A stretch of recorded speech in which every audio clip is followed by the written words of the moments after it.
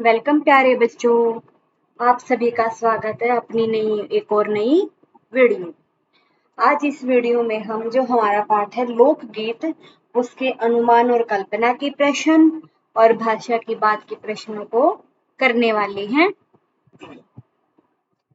जैसा कि आप सभी को पता है, इससे पहले वाली वीडियो में हमने इस पाठ को पढ़ा था और पाठ के प्रश्न उत्तरों को भी किया था। हम इन प्रश्नों को शुरू करने से पहले एक बार फिर से चैप्टर को रिवाइज करते हैं कि हमें उस पाठ में क्या बताया गया है, ताकि हमें प्रश्न उत्तरों को करने में बच्चों आसानी रहे। देखो, आप सभी को पता है कि हमने पाठ में क्या पढ़ा था, किस चीज के बारे में बताया गया। ये पाठ लोकगीत, जैसे ही हमें नाम से पता चलता है कि लोकगीत यानी कि इसमें हमारे लोकगीतों के बारे में चर्चा की गई है। सभी अलग अलग राज्यों में अलग अलग भाषाओं में सबके अपने अपने लोकगीत होते हैं। लोकगीत हमारे मनोरंजन का सबसे महत्वपूर्ण साधन होता है। और लोकगीत भी कई प्रकार के पाए जाते हैं, जैसे हम शादियों के गीत अलग होते हैं, तीज त्योहारों के गीत अलग होते हैं। तो हमारे जीवन में, हमारी संस्कृति में लोकगीतों का बहुत ही महत्वपूर्ण संदेश, बहुत ही महत्वपूर्ण उपयोग बताया गया है, मनोरंजन का साधन बताया गया है। बेटा, हमने ये सारी बातें पाठ में पढ़ी थी, उसके प्रश्न उत्तरों को किया था। अब हम इसमें अनुमान और कल्पना के प्रश्न उत्तरों को पढ़ने वाले हैं। चलिए बच्चों, शुरू करते हैं। हमारा पहला प्रश्न है, देखो बेटा, क्या लोकगीत और नृत्य सिर्फ गांवों या कबीलों में ही पाए जाते हैं? शहरों के कौन से लोकगीत हो सकते हैं?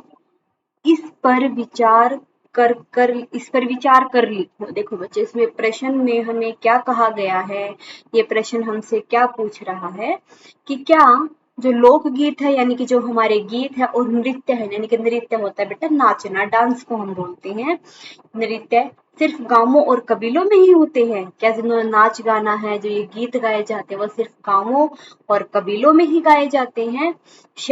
अगर शहरों में भी गाए जाते हैं तो शहरों के कौन कौन से लोकगीत हो सकते हैं? इस पर विचार करो, सोचो समझो और हमें बताओ। चलिए बच्चों, जानते हैं। लोकगीत और लोक नृत्य गांवों या कबीलों में ही प्रसिद्ध है, क्योंकि शहरी जीवन अति व्यस्त होता है। देखो बच्चों, इसमें हमें वो क्या कह रहा है कि जो ये लोकगीत है और जो ये नृत्य है, वो वैसे होते तो शहरों में भी हैं, लेकिन गांवों और कबीलों में सब ज्यादा प्रसिद्ध होते हैं, यानी कि उनकी ज्यादा अहमियत होती है। क्योंकि जो हमारे शहरों में लोग रहते हैं, जो हमारा शहरी जीवन है, वो अति व्यस्त होता है, यानी कि वो ज्यादा व्यस्त होते हैं, ज्यादा बिजी रहते हैं। उन्हें इतना समय नहीं होता कि वो लोकगीत और नृत्य को गाएं, लोकगीतों को गाएं और नृत्य करें। इसलिए जो हमारे लोकगीत हैं और नृत्य हैं, वो सबसे ज्यादा प्रसिद्ध गांवों में ही होते हैं। शहरों में गाए तो जाते हैं, लेकिन इतने नहीं गाए जाते जितने कि गांवों या कबीलों में गाए जाते हैं।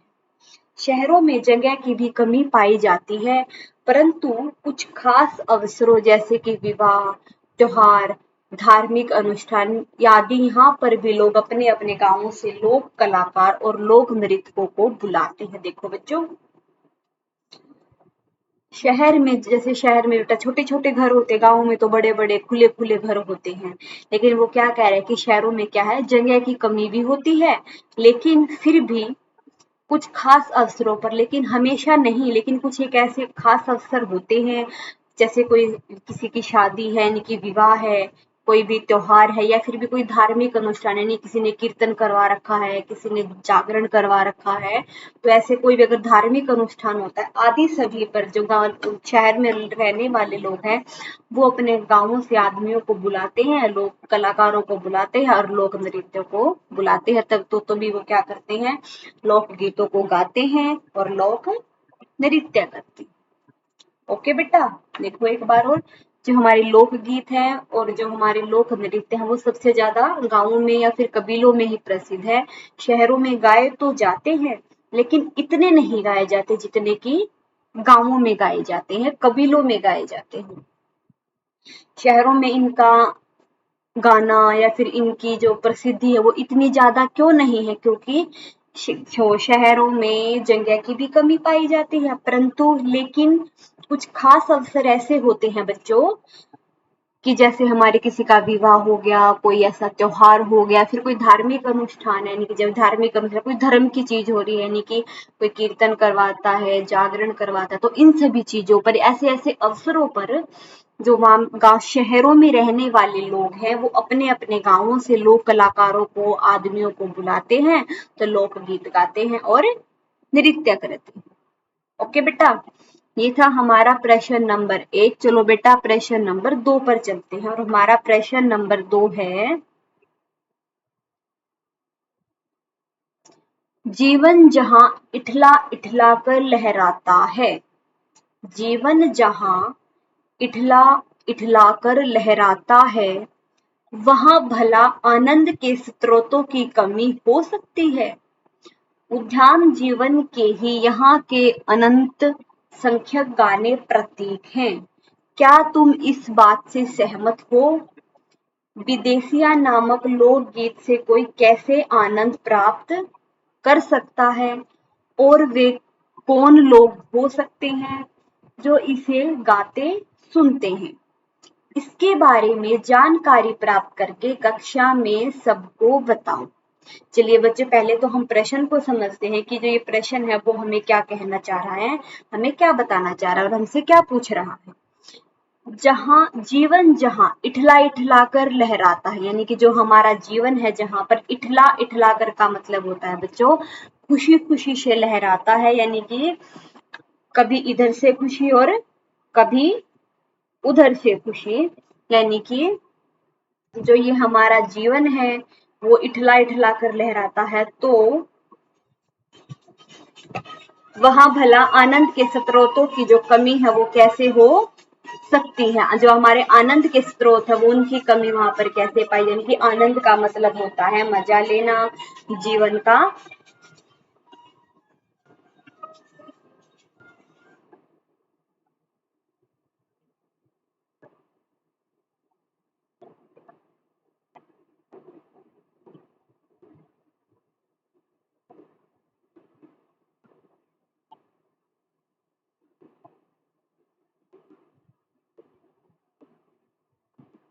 देखो बच्चों, वहां भला आनंद के स्रोतों की कमी कैसे हो सकती है।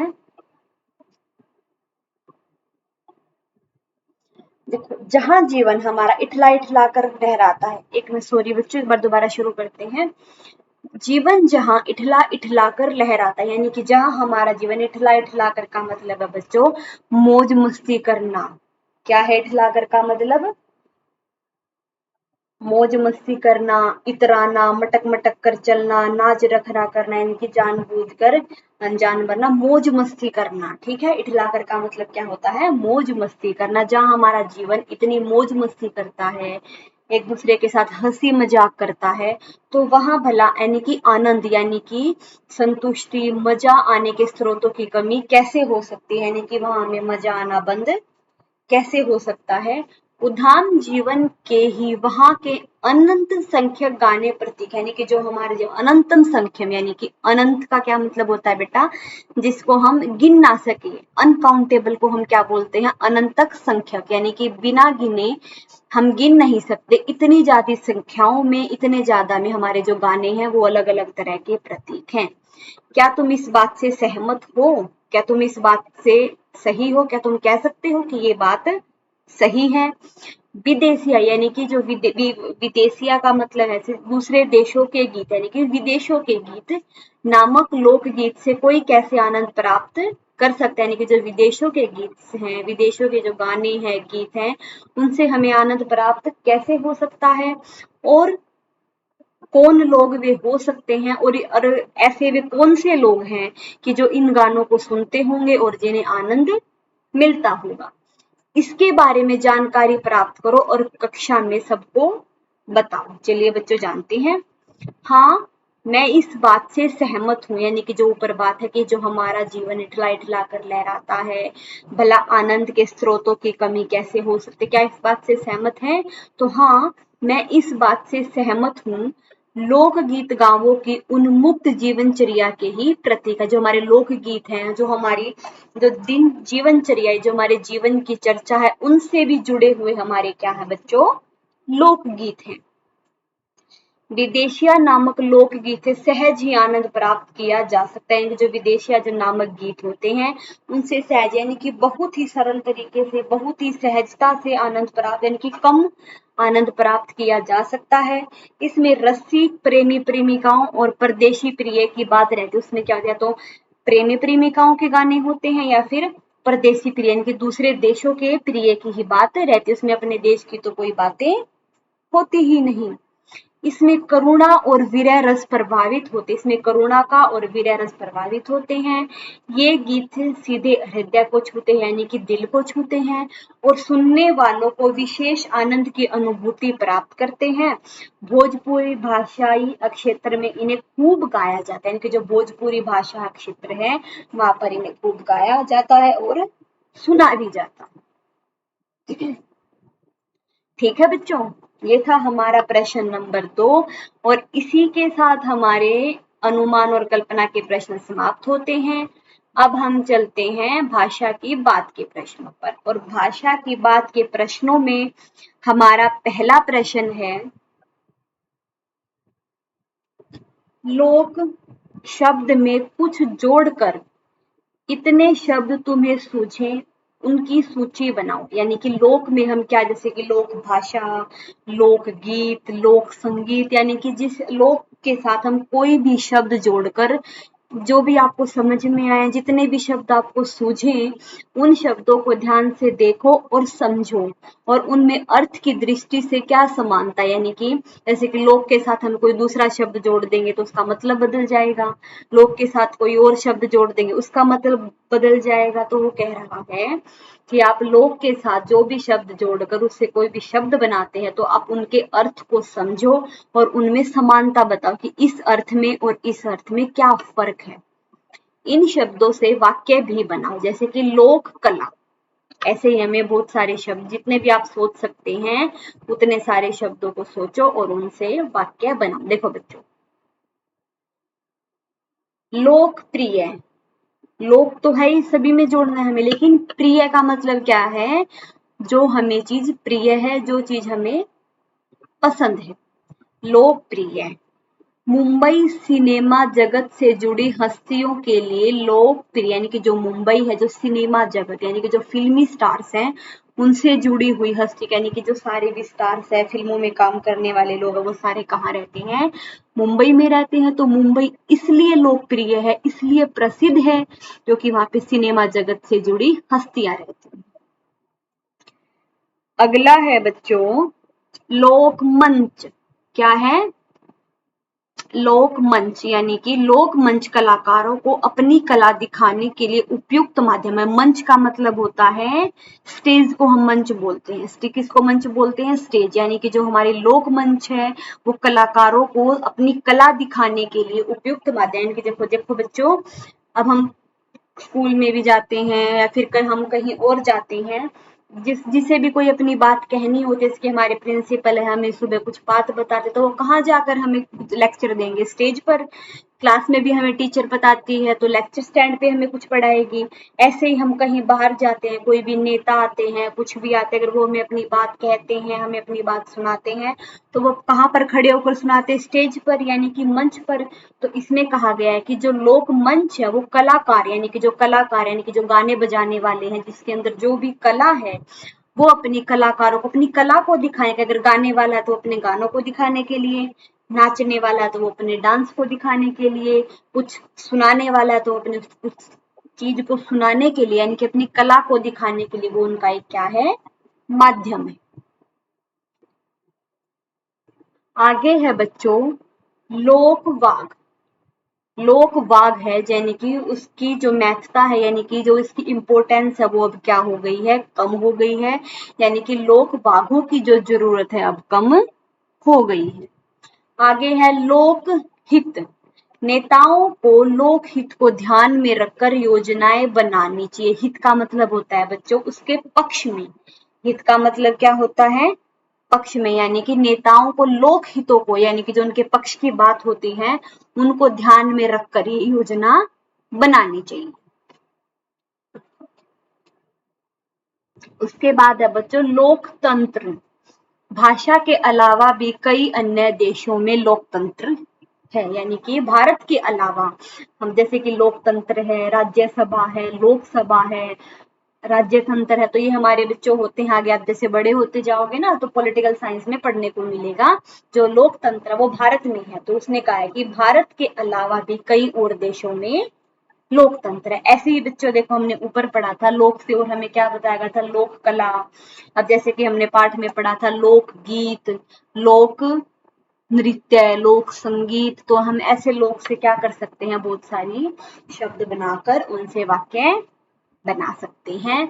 और भाषा की बातों में ये था हमारा प्रश्न नंबर 1। चलिए प्यारे बच्चों, अब चलते हैं हम प्रश्न नंबर 2 पर।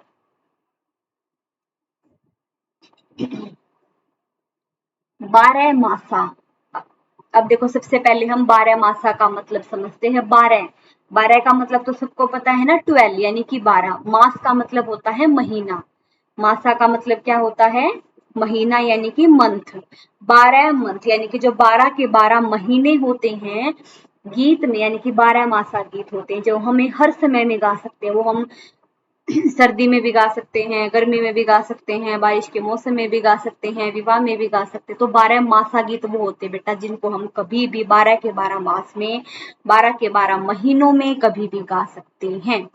12 मासा गीत में साल के 12 महीनों का वर्णन होता है, यानी कि जो हमारे 12 मासा गीत है उसमें साल के 12 महीनों का वर्णन होता है। यानी कि साल में कितने महीने होते हैं, 12 महीने। नीचे विभिन्न अंकों से जुड़े कुछ शब्द दिए गए हैं, नीचे कुछ शब्द दिए गए हैं। एकतारा, सरपंच, चारपाई, सप्तऋषि, अठन्नी, तिराहा, दोपहर, छमाही, नवरात्र। छमाही, नवरात्र। देखो नीचे कुछ अंकों से जुड़े कुछ शब्द दिए गए हैं, इन्हें पढ़ो और अनुमान लगाओ, यानी कि इनको पढ़ो और आप सोचो, पता करो कि इनका अर्थ क्या है और वह अर्थ क्यों है, कि इनका अर्थ तो क्या है और इसका अर्थ वे क्यों रखा गया है। तो इस सूची में तुम अपने मन से सोचकर भी कुछ शब्द जोड़ सकते हो और उन्हें बता सकते हो। देखो चलिए जानते हैं। एक तारा, एक तारा, एक तार से बजने वाला वाघ। अब देखो जैसे कि हमें नाम पढ़ने से बच्चों पता चलता है, एक तारा यानी कि एक तारा, यानी कि एक तारे से बजने वाला यंत्र, उसको किसी भी एक तार से जो यंत्र बजेगा उसको हम क्या बोलेंगे, एक तारा बोलेंगे। और एक तारा क्यों बोल रहे हैं, क्योंकि वो एक तार से बजने वाला। ठीक है बच्चों, जैसे कि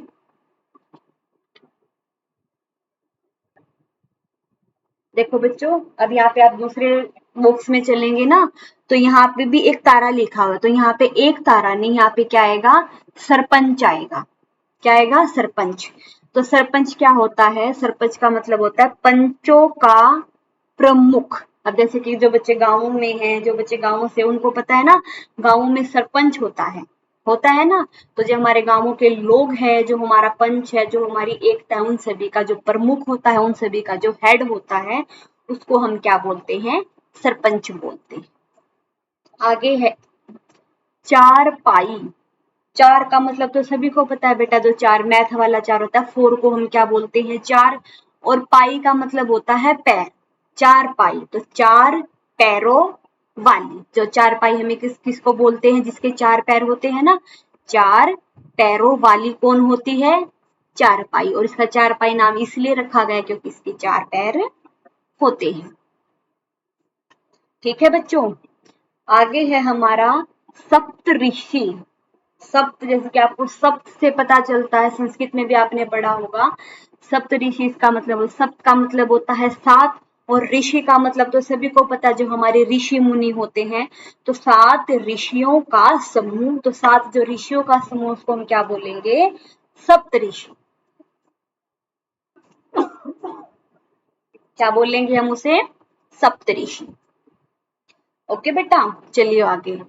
अठ अनि, अठ अन्नी, तो 50 पैसे का एक सिक्का होता था। जैसे कि 1 रुपया होता है ना, तो 1 रुपए को अगर हम आधा कर देते हैं तो कितना होएगा, 50 पैसे। तो 50 पैसे का एक सिक्का होता है जिसको हम क्या बोलते हैं, अठन्नी बोलते हैं। पहले के टाइम में आती थी बच्चों ये, तो उसको हम क्या बोलते हैं, अठन्नी बोलते हैं। आगे चलो, तिराहा। अब देखो, तिराहा से हमें पता चलता है नाम से ही, तीरा यानी कि ती आ गया तो 3, और राहा का मतलब राह यानी कि रास्ता। तो 3 रास्ता जहां मिलते हों, यानी कि जहां से हम जैसे कहीं जाते हैं, एक रोड है, एक रोड से 3 रोड निकलते, एक उस तरफ जाएगा, एक लेफ्ट जाएगा, एक राइट जाएगा और एक सीधा जाएगा। तो वहां से 3 रोड हो रहे हैं ना, तो उसको हम क्या बोलेंगे, तिराहा। यानी कि जहां से 3 रास्ते मिल जाते हैं या फिर जहां 3 रास्ते निकलते हैं, उसको हम क्या बोलते हैं, तिराहा बोलते हैं। आगे है बच्चों दोपहर। अब दोपहर का तो सभी को पता है, सुबह होती है, शाम होती है, दोपहर होती है। जब दिन के 2 पहर मिलते हैं, यानी कि सुबह और जो शाम के जो बीच का समय होता है ना, 2 पहर मिल रहे हैं, सुबह वाला खत्म हो रहा है और शाम वाला शुरू हो जाता है, यानी कि सुबह और शाम वाले के बीच का जो समय होता है उसको हम क्या बोलते हैं, दोपहर मिलते हैं। यानी कि 2 पहर मिल रहे हैं। दोपहर के साथ क्या मिल रहा है, एक तरफ तो सुबह होगी और एक तरफ क्या हो जाएगी, शाम हो जाएगी। तो उसके दोपहर के साथ क्या मिल गए, 2 पहर मिल गए, तो उसको हम क्या बोलेंगे, दोपहर। आगे है बच्चों नवरात्र। अब नवरात्र तो सभी को पता होता है, नवरात्रों के व्रत भी होते हैं, यानी कि उसमें क्या होती है, नव यानी कि 9, और रात्र का मतलब क्या होता है, रात। 9 रातों का समूह, यानी कि जब 9 रातों का समूह, उसको हम क्या बोलेंगे, नवरात्र। ठीक है बेटा, ये था हमारा प्रश्न नंबर 2। अब चलते हैं हम प्रश्न नंबर 3 पर, और ये हमारा आखिरी प्रश्न है। हाँ, आखिरी प्रश्न है बच्चों।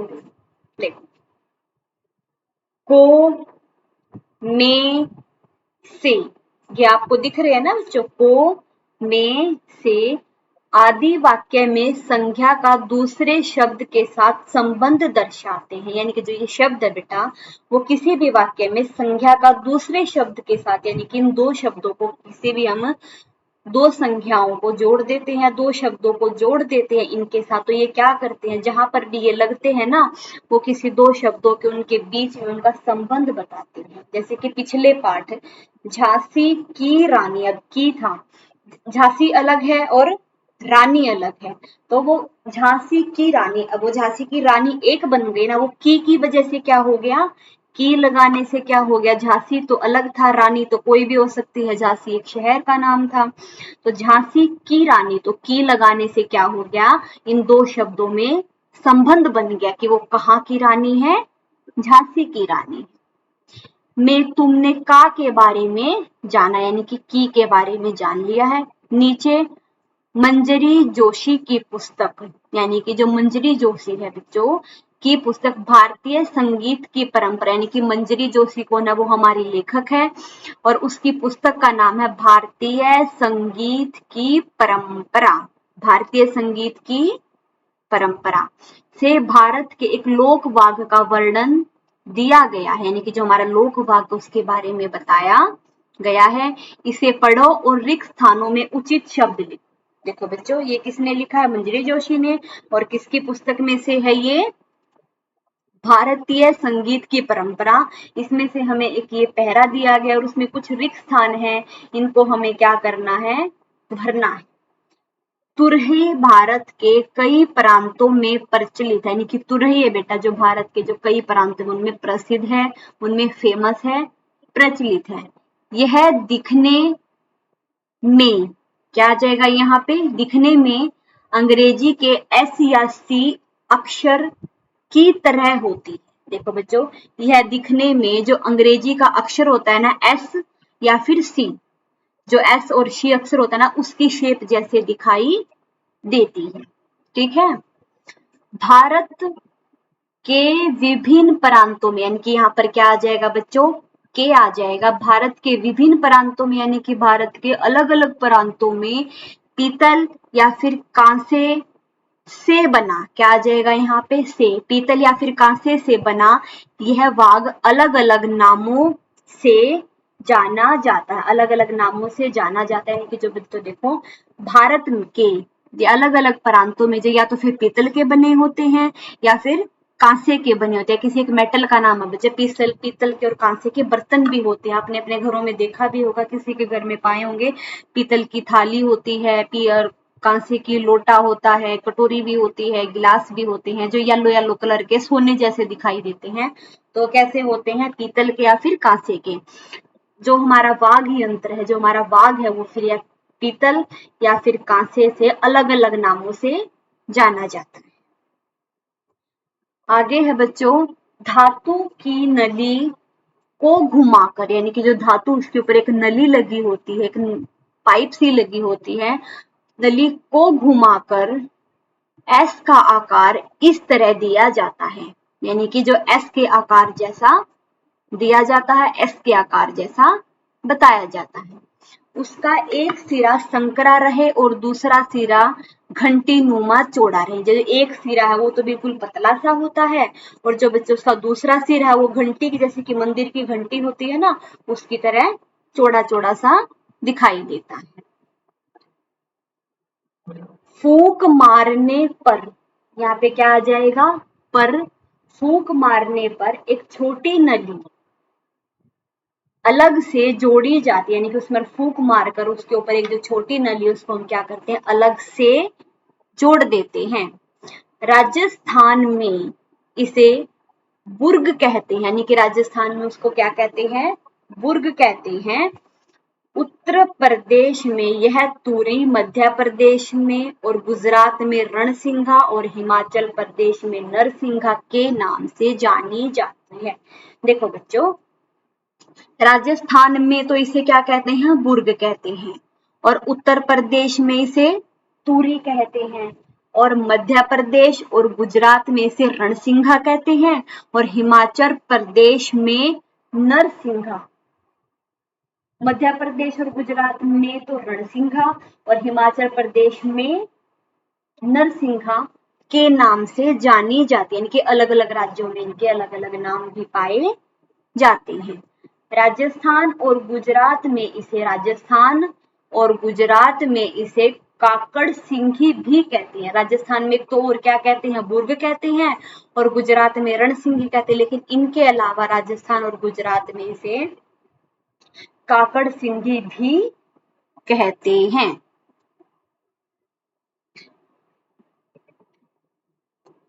ठीक है बच्चों, ये थे हमारे भाषा की बात के प्रश्न। अब आगे करते हैं भारत के मानचित्र के प्रश्न।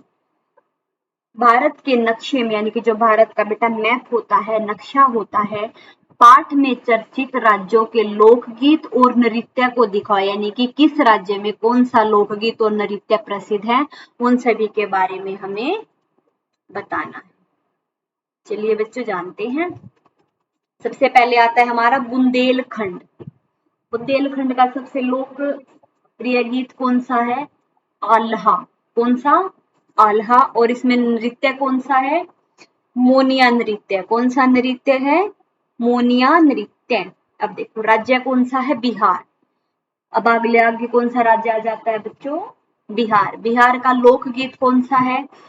कजरी विदेशिया, कजरी विदेशिया, चेता, सावन। ये तो हमारे क्या हो गए? गीत हो गए। और नृत्य कौन सा है?